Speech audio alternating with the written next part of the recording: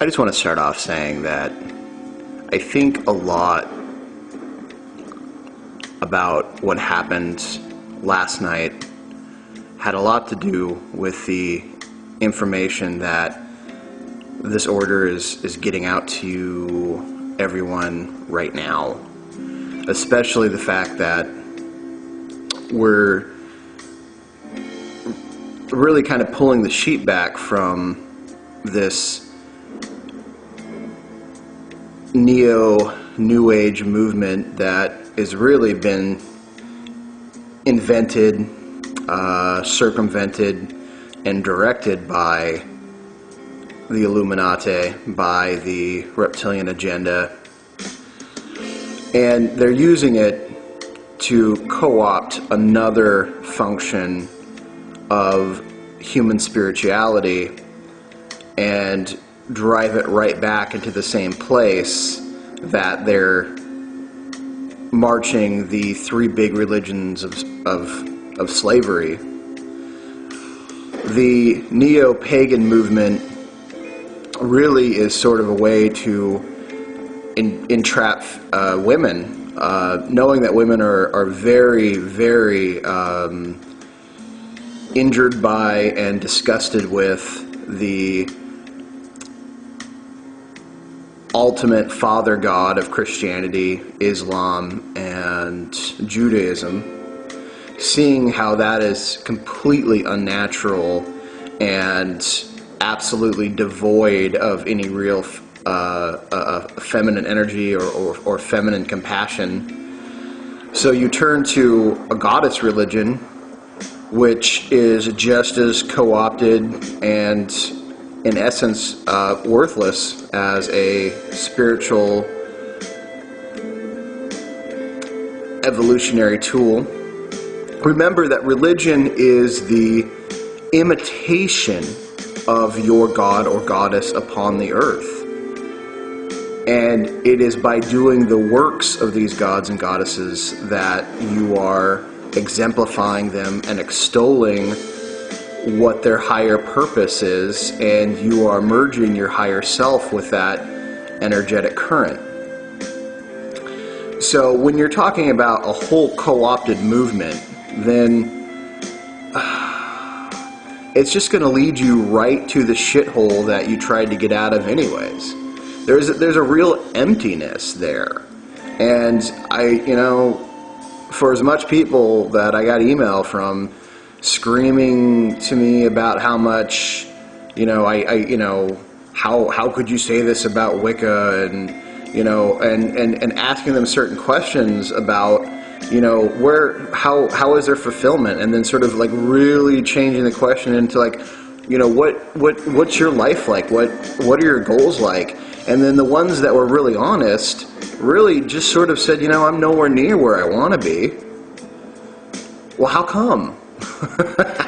How come? And it's not easy. We all have to admit that we've been duped. They have been so successful. They have had thousands and thousands and thousands of years to perpetuate this gigantic psyop that is the reality we live in now. The Illuminati is just the students of interdimensional beings, most of which have very reptilian-esque physical bodies, that have done this to planets eons and eons ago. They've had time to work on it. It works. Humans are no different. So don't feel bad.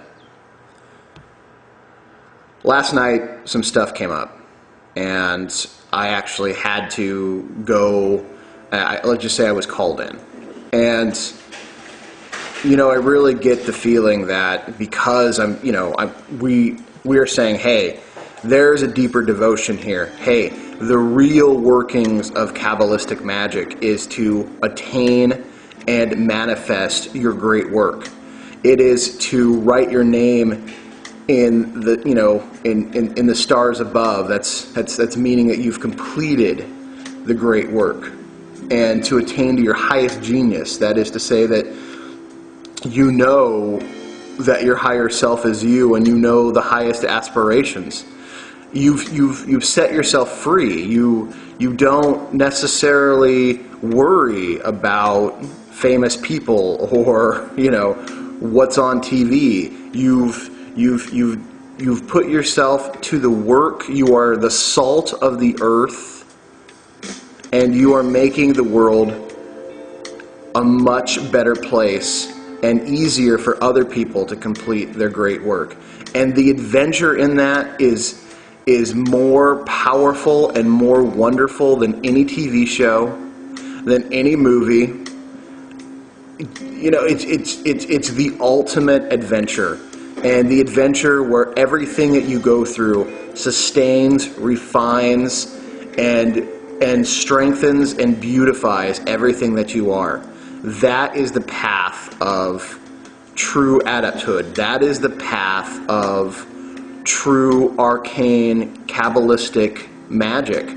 And believe me, the Illuminati ass fucks that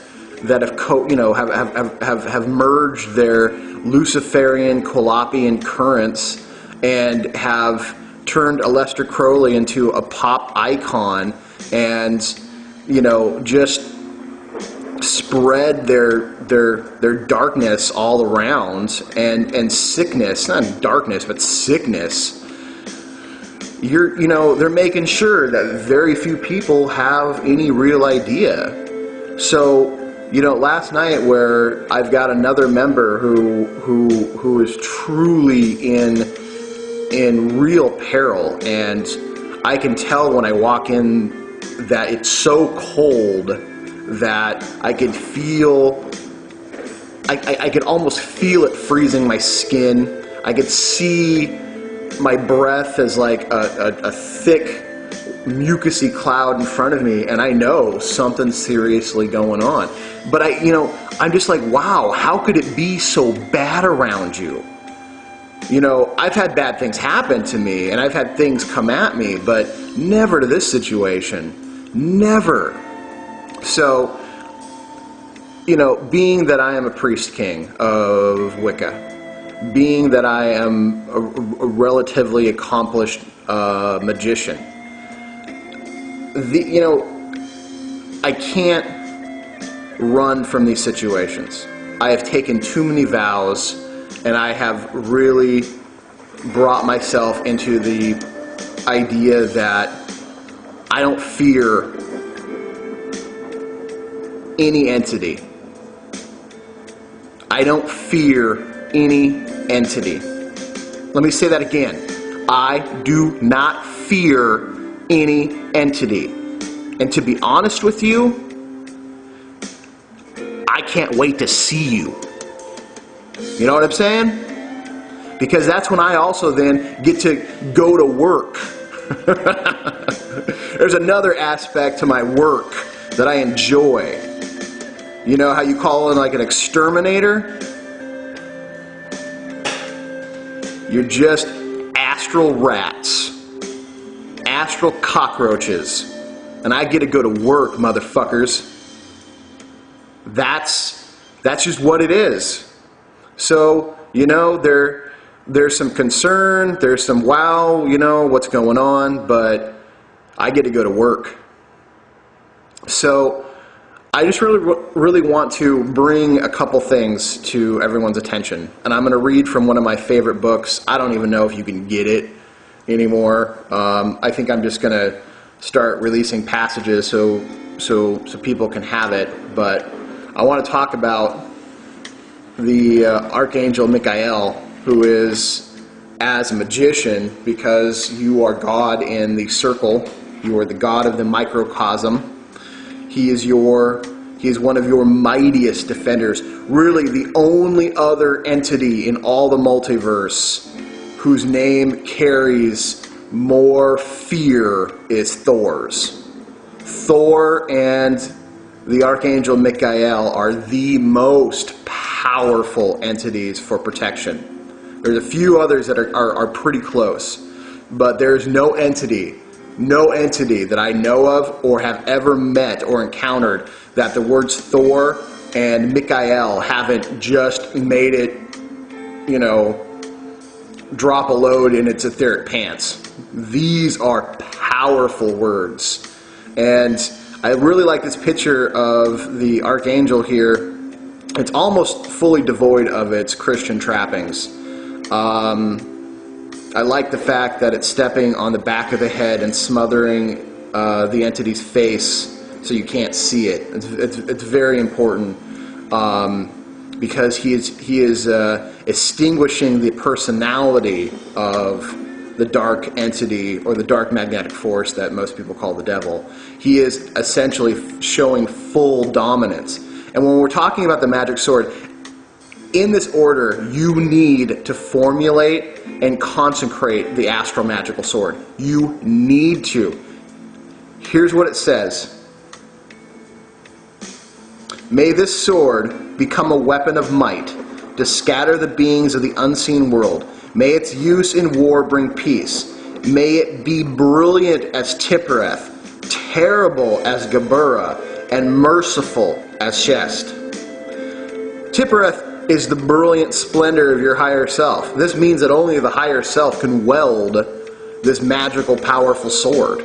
You will do so in the name of all that which is your highest ideals. Sometimes living right and living the path and attaining to what you need to attain to sometimes means you got to throw some punches. Sometimes means you got to get your hands dirty. Okay? This whole New Age, neo-pagan, Wiccan bullshit of like, oh, we ought to love each other, no harm, just, you're worthless. That's worthless. You're a doormat, and believe me, the meek don't inherit the earth. The meek inherit what's left. Okay? The age of the docile lamb needs to come to an end. Christianity made people the docile lambs because they're sheep, and sheep are easy to control. So, you've got to weld that sword. May it be terrible as Geburah. If you're going to be bad, if you're going to fight, if you're going to be a warrior, make sure that you're one formidable motherfucker. Don't pansy bullshit pussy it. You're going to be a warrior, be a motherfucking warrior. Don't, it's not, it's light because the actions that you do radiate from you. That inner sun radiates everywhere. And when you light up the astral world, when you light up the world with your acts and with your acts and your deeds, people notice. And there's some things out there that hate that just hate it. And they're going to come at you. And so you had better be, if you're going to pick up the sword, you better damn well know how to use it. It makes sense. Yes? I think so. So, looks like I'm going to have to do part 2. All right, be back.